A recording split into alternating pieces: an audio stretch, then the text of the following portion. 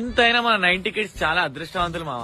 ఎందుకో వీడియో మొత్తం చూడరి మీకే అర్థమవుతుంది. మనం చూసినాన్ని ఇంకే జనరేషన్ పిల్లలైతే చూసుంటారు.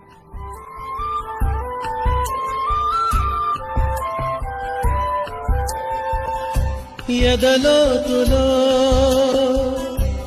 ఏ మూలనో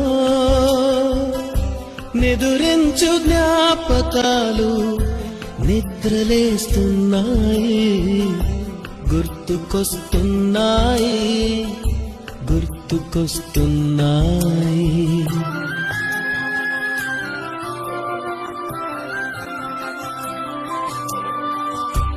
ఈ గాలిలో